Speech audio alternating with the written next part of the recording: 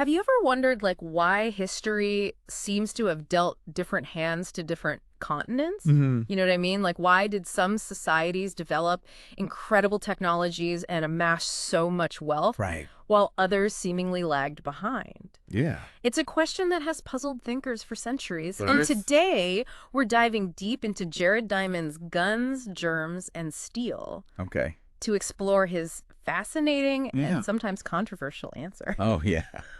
Lots of debate around this one. You've asked for the ultimate explanation, so buckle up, because we're going beyond those obvious immediate causes Right. to uncover the deep roots of global inequality. The ultimate causes. Exactly. Well, Diamond sets the stage with a powerful anecdote about a New Guinean politician Okay. named Yali, Okay. who posed a simple yet profound question. Okay, I'm listening.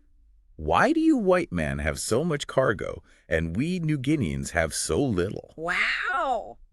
That's That's the driving force behind the whole book, really. yeah. It forces us to confront those stark disparities in material wealth and power between societies. It's a question that really makes you stop and think, isn't it? It is. And Diamond's approach is so refreshing because he immediately tackles those racist theories head on. Yeah. You know, the ones that claim Europeans were inherently smarter or more advanced. He just goes right at it. Diamond doesn't just dismiss them, he dismantles them. Yeah. He uses his own observations of New Guineans to illustrate this point. Okay.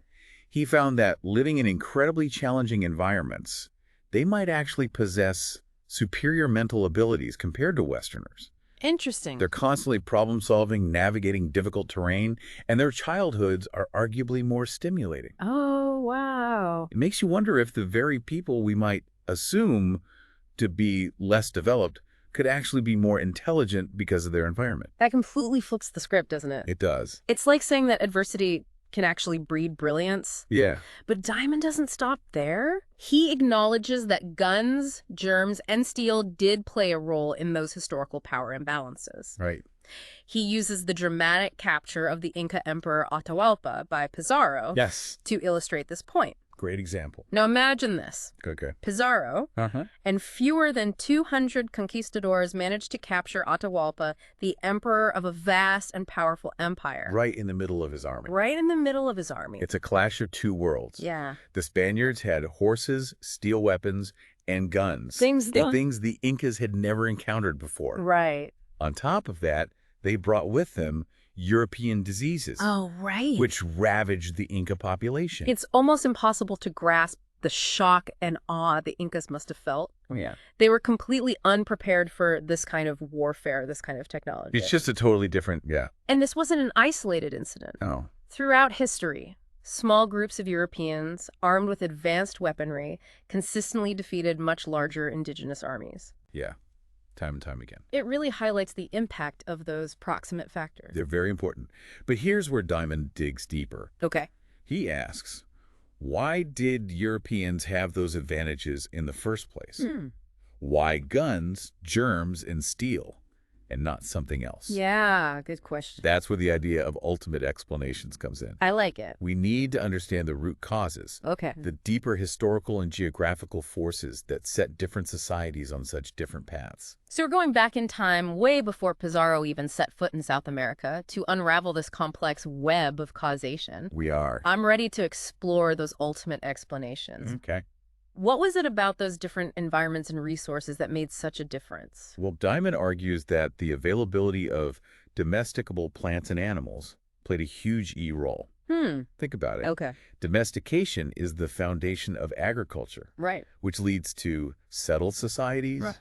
specialization, population growth, and the rise of complex civilizations. Yeah. It's a domino effect. Right. And it all starts with what nature provides. And Eurasia, where Europe is located, hit the jackpot in that department. Absolutely. Eurasia's east-west axis is a key factor here. Okay. It spans vast distances, but with similar climates, Okay. allowing crops, livestock, and even ideas to spread much more easily. Interesting. Contrast that with the Americas, which have a north-south axis Right. with drastically different climates and ecological barriers, like deserts and rainforests. Oh, yeah. Innovation faced a much tougher uphill battle in that kind of environment. It's like having a superhighway for innovation versus a series of winding back roads, isn't it? It is. So something invented in one part of Eurasia could quickly spread across the entire continent, giving those societies a huge advantage. That's precisely the point. Yeah. And a prime example of this is the Fertile Crescent, Okay. a region in the Middle East that's considered a cradle of civilization. It had a perfect mix of plants and animals ripe for domestication, Wow. including large seeded cereals like wheat and barley. I see. These were game changers. Yeah. They provided a reliable source of calories, Okay. could be stored for long periods, Okay. and led to a kind of surplus that allowed societies to grow and specialize. I see what you mean. Those large-seeded cereals weren't just food, they were the building blocks of complex societies. And then there were the ancient 14, Okay. the sheep, goats, pigs, and cows that became the foundation of livestock herding around the world. Right. It wasn't just about having more animals. Okay. It was about having the right animals. Okay. These species had the right temperament, social structure, Yeah. and breeding cycles to make domestication possible. Diamond uses the example of the almond to illustrate just how challenging domestication can be. You wouldn't believe it, but wild almonds are actually poisonous. That's right. They contain a bitter compound that's deadly in large amounts. But early farmers would have noticed that some almond trees had a mutation Oh, yeah. that made their almonds sweet. Oh. By planting those seeds, they unknowingly kickstarted the process of artificial selection, favoring the non-bitter varieties over generations. That's fascinating. So even something as seemingly simple as almonds involved chance encounters, mutations, and a lot of unconscious selection. Yeah. It wasn't about some brilliant inventor figuring things out. Right. It was a gradual process driven by necessity and observation. Precisely. Yeah. And that same process played out across the Fertile Crescent, Okay. leading to the domestication of a whole suite of plants and animals that Right. fueled the rise of civilization. Okay. This wasn't about conscious invention. It was about working with what nature provided Yeah.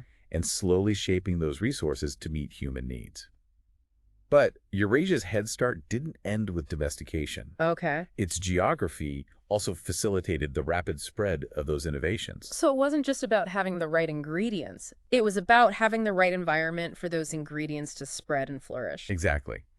Eurasia's large landmass provided ample space for experimentation and innovation. And those long east-west distances, Yeah. they weren't barriers. Right. They were conduits for new ideas and technologies to flow. I see. Okay. Compare that to the Americas, Okay. where the north-south axis made diffusion much more challenging. Yeah. Imagine trying to transport a crop adapted to the hot, humid climate of Mesoamerica Oh, right. all the way to the cold climates of North America. It's a completely different ballgame, isn't it? So while innovations were happening in the Americas, Yes. they were confined to smaller, more isolated pockets. Yeah. Whereas in Eurasia, they could spread like wildfire, giving those societies a constant influx of new ideas and technologies. Precisely. Diamond gives the example of corn, Okay. which took thousands of years to spread from Mesoamerica to the eastern U.S. Wow. And the diffusion of llamas within South America faced similar limitations. Yeah. The geography of the Americas created a patchwork of isolated cultures and languages, Yeah. while Eurasia's interconnectedness fostered a more unified and rapidly developing civilization. Right. But there's another piece of the puzzle that's often overlooked: the role of germs. Germs. Okay, I'm intrigued. What do germs have to do with the rise and fall of civilizations? It might seem counterintuitive, but the abundance of domesticated animals in Eurasia Okay. actually led to the evolution of some of the world's deadliest diseases. Oh, wow. How so? You see, many of our worst diseases, like smallpox, measles, and influenza, originated in animals. Right. And when you have large populations living in close contact with livestock, Uh-huh. it creates the perfect conditions for those diseases to jump to humans. So our love of cows and pigs might have inadvertently created the Black Death. I never would have thought of that. It's not quite that simple, but Okay. you're getting the idea. Yeah. Close contact with animals allowed animal diseases to mutate and become more transmissible among humans. And because Eurasian societies had more domesticated animals, Right. they were constantly exposed to these diseases and over time developed immunities. So while those diseases were devastating, they also created a sort of invisible shield for Eurasian populations. Exactly. Okay. And when Europeans began exploring and colonizing other parts of the world, Right. they unknowingly brought with them a whole arsenal of deadly pathogens. Wow. For populations that had never encountered these diseases, Yeah. the results were catastrophic. Yeah. Epidemics of smallpox, measles, and influenza Right. swept through indigenous communities, Yeah. wiping out huge percentages of the population. It's a chilling reminder that sometimes what seems like an advantage can actually be a curse in disguise. But hold on, didn't Diamond use a rather interesting anecdote about a doctor and a sick couple to illustrate this point? He did. Okay. The doctor, trying to diagnose the husband's illness, Right. asks a series of very personal questions, highlighting how what we see as symptoms of a disease Right. can be completely different from a germ's perspective. Oh. What we experience as suffering, Yeah. they experience as success in spreading themselves. That's a mind-blowing way to think about it. It's like those germs evolving alongside humans in Eurasia for thousands of years became an unintentional weapon in the hands of European conquerors. It's a stark reminder Mm-hmm. that history is full of unintended consequences. Yeah. But let's shift gears for a moment and turn our attention to Australia. Diamond uses it as a fascinating case study Okay. to test his theories. Okay. Europeans often viewed Aboriginal Australians as backward because they seem to lack the technological advancements of other societies. Oh, right. But Diamond argues that it was Australia's unique environment Okay. that played a key role in shaping their development. So it wasn't about a lack of intelligence or ingenuity, No. but rather the hand they were dealt by their environment. Exactly. Australia has a challenging climate, generally poor soils, and a very limited number of plant and animal species suitable for domestication. Right. Those factors made it incredibly difficult for agriculture to develop, Okay. which in turn limited the growth of complex societies. It's almost like they were playing a different game entirely, one with a completely different set of rules dictated by their environment. And while they didn't develop agriculture in the traditional sense, they did develop incredibly sophisticated ways of managing the land and its resources. Oh, wow. They practiced what Diamond calls fire stick farming, Okay. strategically burning parts of the landscape to promote the growth of certain plants Okay. and attract animals for hunting. That's incredible.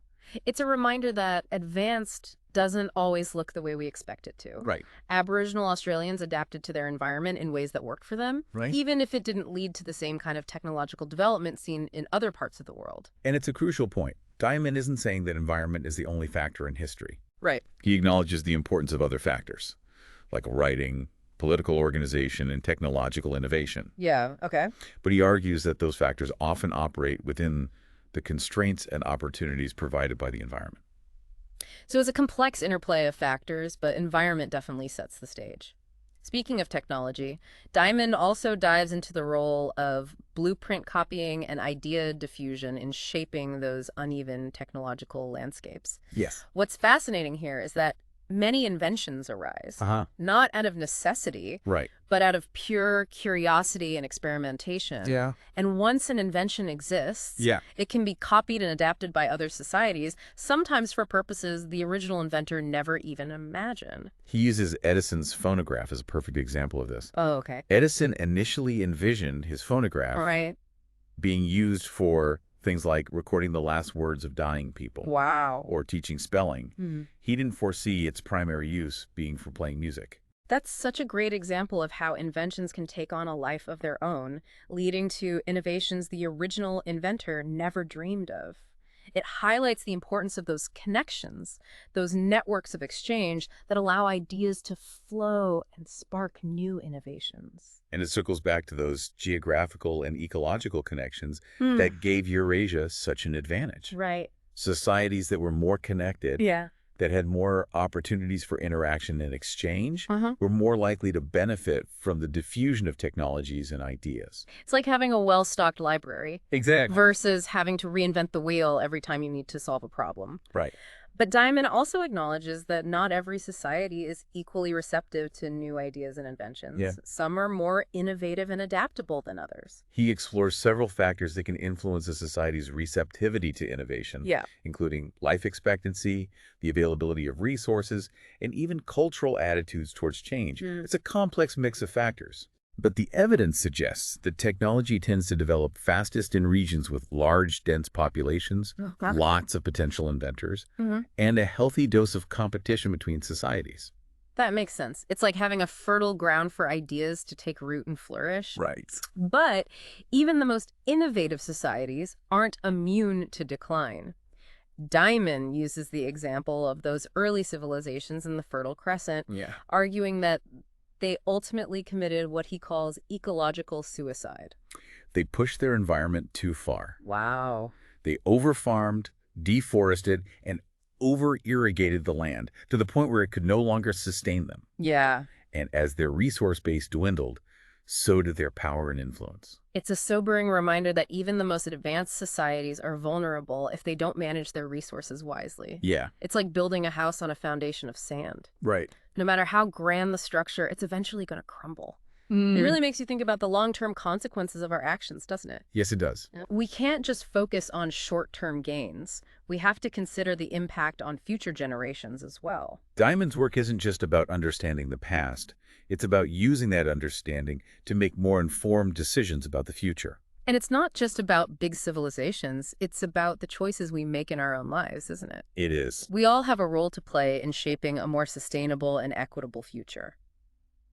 Okay, we've covered a lot of ground here. Yeah. We've gone from Yali's simple question Mm-hmm. to a deep exploration of the environmental and geographical factors that have shaped human history. Right. It's a complex story, but I'm starting to see those connections, those domino effects Yes. that have led to the world we live in today. Diamond's work forces us to rethink our assumptions about history, about progress, and about the very nature of human societies. Right. It provides a framework for understanding why the world looks the way it does today. But it's not about absolutes, right? Yeah. It's about recognizing the complexity of history. And those long chains of causation that have shaped human destinies. Exactly.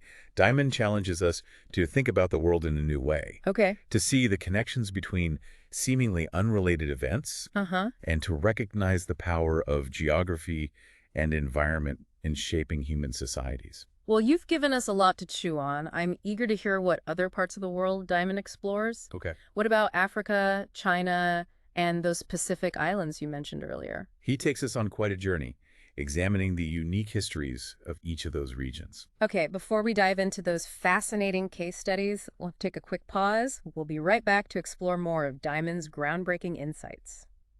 Welcome back to our deep dive into guns, germs, and steel. Okay. We just explored how those early environmental differences have shaped the course of history. Yeah. And now I'm curious to see how those patterns play out in other parts of the world. Well, Diamond's analysis of the differences between the historical trajectories of Eurasia and the Americas Right. is particularly fascinating. It's almost like he set up a giant natural experiment, Yeah. comparing those two massive landmasses to understand how their unique environments influence the development of their societies. It really highlights how much environment matters, doesn't it? It really does. So what were those key differences that gave Eurasia such a leg up? Diamond points out that food production, Hmm. the very foundation of settled society, Right. emerged much earlier in Eurasia. Okay. There are a couple of reasons for this. Okay. First, as we discussed earlier, Right. Eurasia had a wider variety of plants and animals suitable for domestication. Right, like those ancient 14 animal species Okay. that became the foundation for livestock herding across much of the world. And those early farmers in Eurasia were also able to transition more quickly Okay. from part-time hunting and gathering to full-time agriculture. Oh, okay. This is partly because their domesticated animals Okay. included species that could be used for plowing and fertilizer, which made agriculture much more efficient. So the Americas, with their lack of domesticable large mammals, Right. were at a disadvantage from the get-go. That's a key point Diamond makes. Okay. And even the crops domesticated in the Americas, like corn, Right. required much more extensive genetic changes to become productive food sources. Oh, wow. It took thousands of years to transform wild teosinte into the corn we know today. That means Native American societies were slower to develop the kind of agricultural surplus that allowed for population growth and specialization. Exactly. And that delay had a ripple effect, Yeah. influencing everything from the complexity of their societies to their technological development. Hmm. Diamond also emphasizes the role of diffusion, the spread of innovations and ideas Right. in shaping those differences. Okay. He argues that Eurasia's geography Yeah. facilitated much faster and easier diffusion than the Americas. Okay. Remember that east-west axis? Yeah. It allowed for the rapid spread of crops, livestock, and technology Right. across vast distances with similar climates. Whereas in the Americas, those north-south ecological barriers really threw a wrench in the works. Precisely. Just imagine trying to move a crop adapted to the tropical climates of Mesoamerica, Right. all the way to the cold, temperate regions of North America. Wow, that's a big jump. It was a much more challenging proposition than moving a crop across similar latitudes in Eurasia. It makes you wonder how different history might have been Right. if those environmental conditions had been reversed, doesn't it? Yeah. What if the Americas had that east-west axis Right. and Eurasia had to contend with those north-south barriers? It's a mind-boggling thought experiment. Diamond argues that even when crops did spread in the Americas, Yeah? they didn't always have the same impact on societal development. Oh, interesting. He uses the example of the U.S. Southwest and Pacific Coast, Okay. which remained hunter-gatherer societies, Wow. even though corn agriculture was practiced nearby. So why didn't those societies adopt corn agriculture if it was so close by? Because the local climates and soils weren't suitable for corn to thrive. Okay. Those societies stuck with hunting and gathering Right. because it was a more reliable way to get food in their environment. It's a reminder that the availability of domesticable species is only part of the story. Yeah. The environment needs to cooperate as well. It's like having all the ingredients for a cake, but no oven to bake it in. Exactly. Yeah. And Diamond highlights another crucial point. Okay. There was very limited diffusion of domestic animals, Right. writing, Okay. or political ideas Right. between Mesoamerica, the eastern U.S., Okay. and the Andes and Amazonia.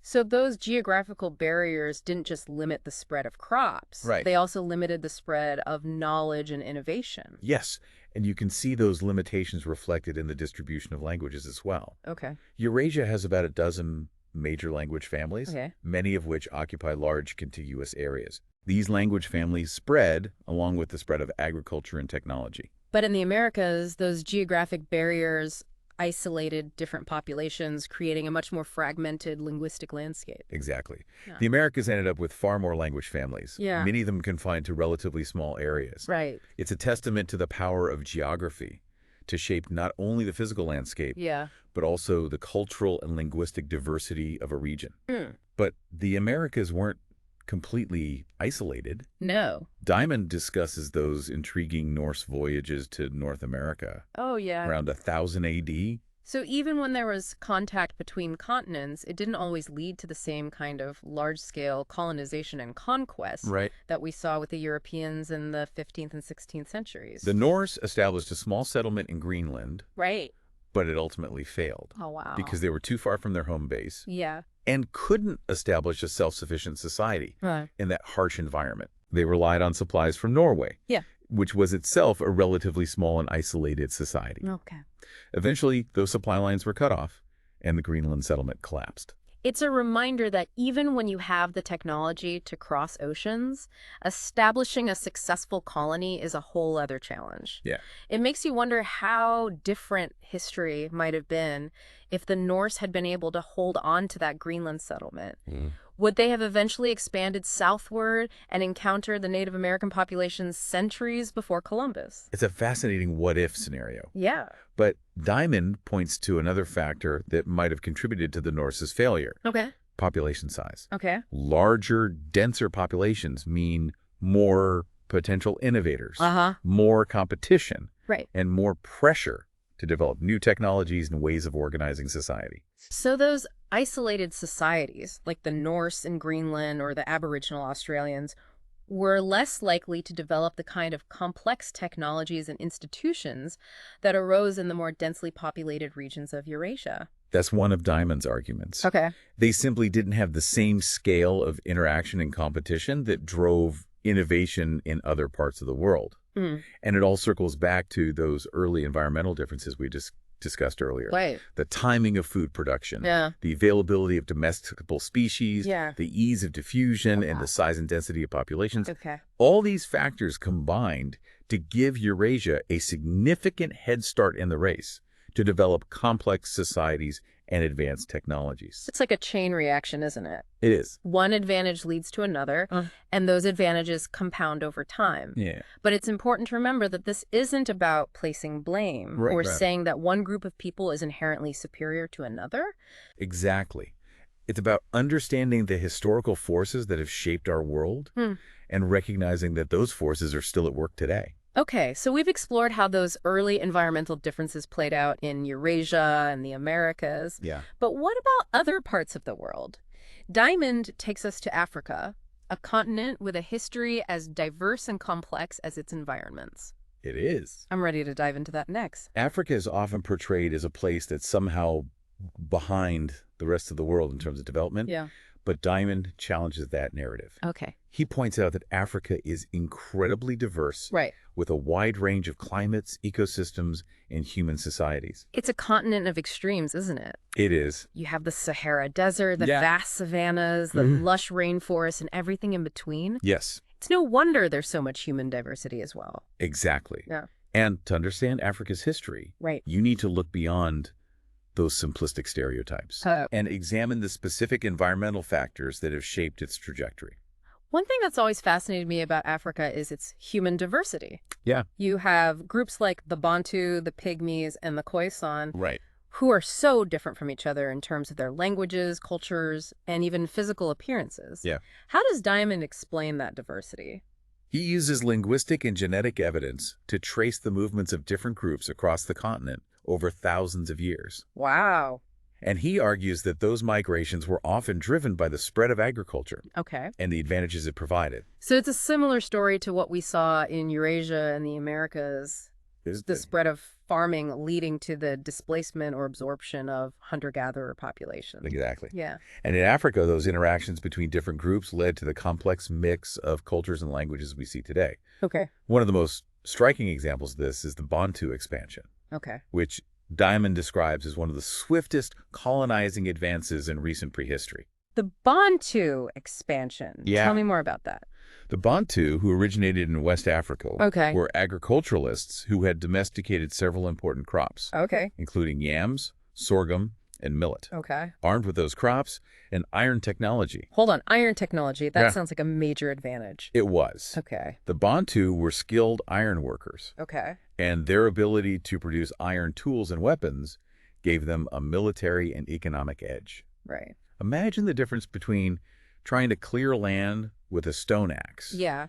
versus an iron axe, Right. or the advantage of having iron weapons in a conflict. It's a game changer, isn't it? It is. So the Bantu expansion is a great example of how technology combined with agriculture can drive major population movements Yes. and reshape the cultural landscape of a continent. It's a powerful illustration of how human ingenuity, interacting with environmental factors, Yeah. can create these sweeping historical changes. Yeah. And it challenges that simplistic narrative Yeah. of Africa as a place that's somehow stuck in the past. Africa's history is just as complex and dynamic as any other continents, wouldn't you say? It is. It's a story of migration, innovation, and interaction between diverse groups, all shaped by those environmental constraints and opportunities. Precisely. And to understand that history, you need to appreciate its unique environmental factors Right. and how they've interacted with human ingenuity and adaptation. So we've explored Eurasia, the Americas, and Africa. Yes. What about China?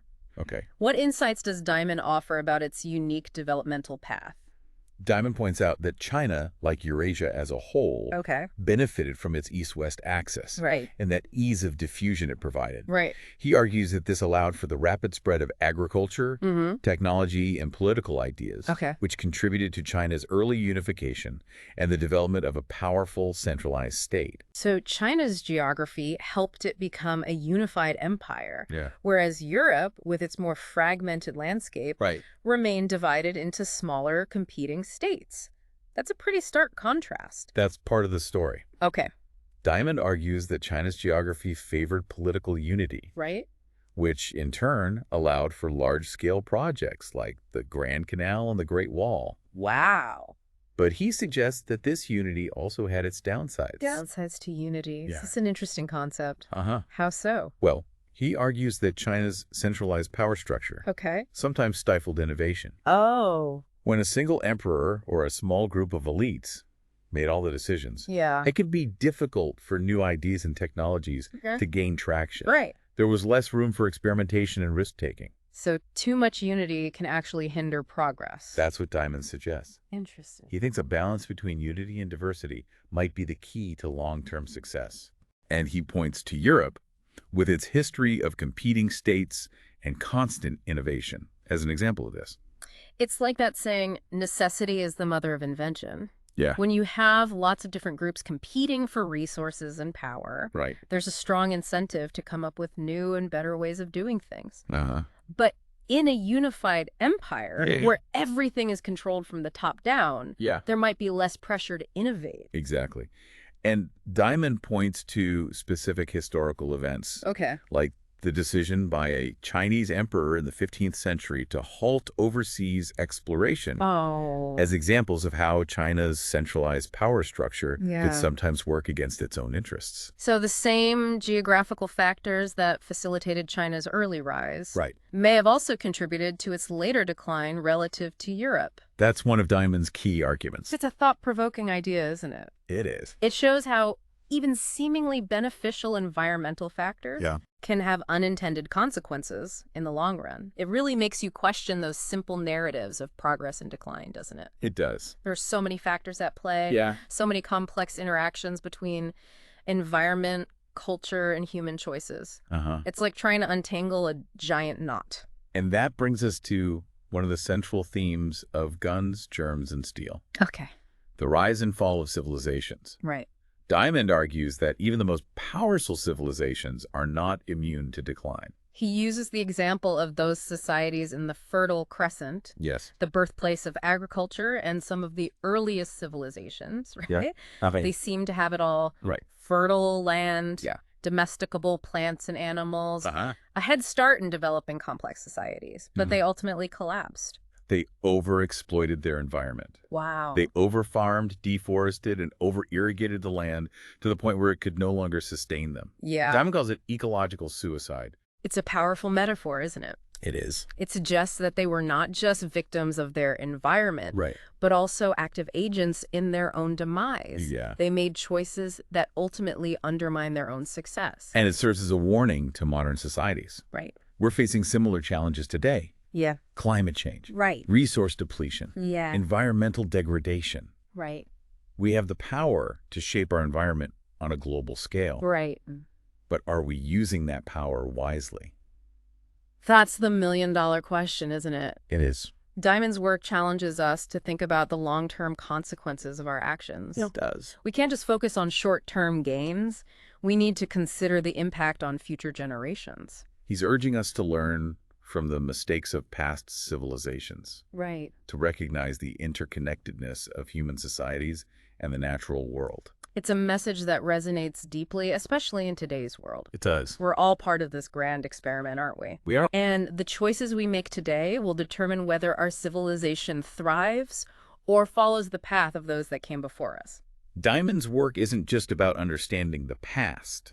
It's Yeah. about using that understanding to create a better future. Well, he's certainly given us a lot to ponder. Yes. We've explored the rise and fall of civilizations, the complex interplay of environment and human choices, Yeah. and the challenges facing modern societies. Yeah. What else is there to uncover? Diamond takes us to the Pacific, Okay. to those remote islands that have long fascinated explorers and anthropologists. Okay. He compares the different trajectories of Polynesian society, All right. exploring how they adapted to their unique island environments. Okay, before we set sail for the Pacific, let's take a quick pause to gather our thoughts. We'll be back soon to delve into Diamond's fascinating analysis of Polynesian societies. We're back, ready to continue our deep dive into Jared Diamond's Guns, Germs, and Steel. Before the break, we were discussing how environment shaped the trajectories of societies across Eurasia, the Americas, and Africa. Right. Now we're setting sail for the Pacific to explore those remote Polynesian islands. Okay. They've always held a certain mystique, haven't they? The Pacific Islands present a fascinating microcosm of human history. Yeah. Diamond uses them to explore how different Polynesian societies adapted to their unique island environments, Right. leading to a remarkable diversity of outcomes. It's like a natural laboratory for studying human adaptation, isn't it? It is. You have all these different islands, Right. each with its own set of resources and challenges, Okay. and you can see how those environmental factors influence the development of different Polynesian societies. Diamond compares islands like Tonga, Easter Island, and Hawaii, Okay. highlighting how variations in climate, soil fertility, and isolation shaped their social structures, technologies, and even their fates. What are some of those key differences that stand out? I'm curious to see how those environmental constraints and opportunities played out in such isolated settings. Take Easter Island, for example. Okay. It's a small, isolated island Right. with limited resources and poor soil fertility. Yeah. Diamond argues that these environmental constraints played a major role in the island's tragic history, Right. culminating in the collapse of its once thriving civilization. The Easter Island story is a cautionary tale, isn't it? It is. Those iconic statues are a haunting reminder of a society Yeah. that pushed its environment beyond its limits. Yeah. What factors led to their decline? Diamond points to deforestation, Okay. overpopulation, Uh-huh. and resource depletion as key culprits. Right. As the island's population grew, they cut down more and more trees Right. for Right. fuel, building materials, and to transport those massive statues. Wow. Eventually, they exhausted their resources, Yeah. leading to conflict, starvation, and societal collapse. It's a stark reminder that even in paradise, human societies are vulnerable to the consequences of their own actions. But not all Polynesian societies met such a tragic end. Okay. Diamond contrasts Easter Island with Hawaii, Okay. which had a more diverse environment Right. and a more complex social structure Okay. that allowed for greater resilience and adaptability. So Hawaii's environment was more forgiving, It was. giving its people more room to maneuver. Exactly. Hawaii had more rainfall, Okay. more fertile volcanic soils, and a wider variety of resources. Right. This allowed for a more productive agricultural system Okay. that could support a larger population. Diamond argues that Hawaii's political system also played a role in its success. They had a more hierarchical society Right. with a powerful ruling class Yeah. that was able to manage resources and maintain order. That's right. The Hawaiian chiefs controlled land allocation, Okay. labor, Uh-huh. and religious practices, Right. providing a level of organization and stability Okay. that helped them weather environmental challenges and avoid the fate of Easter Island. It's fascinating to see how those subtle differences in environment and social structure could lead to such dramatically different outcomes. It is. Diamond's analysis of the Polynesian islands really highlights the power of those ultimate explanations, Yeah. those deep underlying factors that shape the destinies of societies. It's a reminder that history is not just a series of random events. Right. There are patterns, Yeah. there are explanations, Yeah. and by understanding those patterns, we can gain a deeper appreciation Right. for the complexities of human civilization Yeah. and the challenges we face today. Diamond's work isn't just about understanding the past. No. It's about applying that knowledge to the present and the future. Right. He's not just a historian, he's a scientist, a detective, piecing together the clues of the past to help us navigate the challenges of the present. He believes that by applying the tools of science, Right. observation, comparison, experimentation, Yeah. we can gain a deeper understanding of the forces that shape human societies. Right. He's not trying to predict the future with certainty, Okay. but he's trying to identify those underlying trends and patterns Yeah. that can help us make more informed decisions. So we can learn from the mistakes of the past, like the ecological suicide of Easter Island, and apply those lessons to the challenges we face today, like climate change and resource depletion. Exactly. Diamond argues that we need to take a long-term perspective Yeah. to think about the consequences of our actions, Right. not just for ourselves, but for generations to come. Okay. He's urging us to move beyond those simplistic narratives of progress and decline, Yeah. and to embrace a more nuanced and complex understanding of human history. It's a challenge, isn't it? It is. To step outside our own limited perspectives and see the bigger picture, the interconnectedness of human societies and the natural world. but it's a challenge worth embracing. I agree. Diamond's work provides us with the tool and the insights we need to create a more just and sustainable future. Well, we've journeyed across continents and through time, Oh, yeah. exploring Jared Diamond's groundbreaking ideas about the forces that have shaped human history. Yeah. It's been a whirlwind tour, but we've uncovered some fascinating insights along the way, haven't we? We have. What stands out to you as the most important takeaway from all this? For me, it's the realization that history is not just a random collection of events. There are underlying patterns and explanations, Right. and by understanding those patterns, Yeah, we can gain a deeper appreciation for the complexities of human civilization. I agree.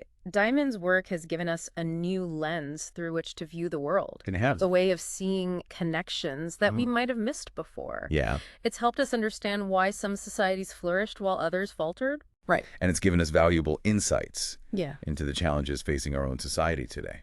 But Diamond leaves us with a final provocative thought. Okay. He's shown us how environmental and geographical factors have influenced the course of history. Right. But now, more than ever, we humans have the power to shape the environment on a global scale. We do. So the question becomes, can we use that power wisely Yeah. to create a future that is both prosperous and sustainable for all? That's the question we all need to grapple with, isn't it? It is. How will we use this new understanding of the past to shape our own future? We've given you the tools, the insights, the historical context. Right. Now it's up to you to apply them. Until next time, keep diving deep.